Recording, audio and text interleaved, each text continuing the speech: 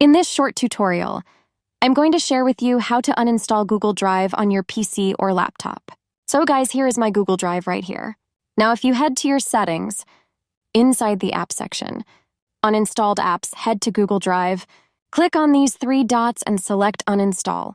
This notification of Google Drive is in use.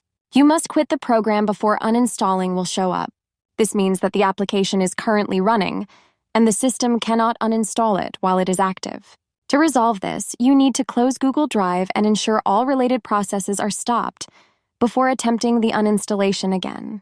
On your bottom left of the screen, you will see this arrow right here. Select the Google Drive icon. On this mini page, click on the settings icon and select on Quit. Once done, get back to your settings.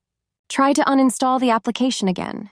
Your Google Drive app will get uninstalled successfully.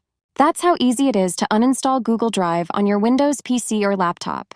And if you have any questions, just let me know in the comments section down below. Please don't forget to leave a like, share and subscribe for more informative tutorials like this one.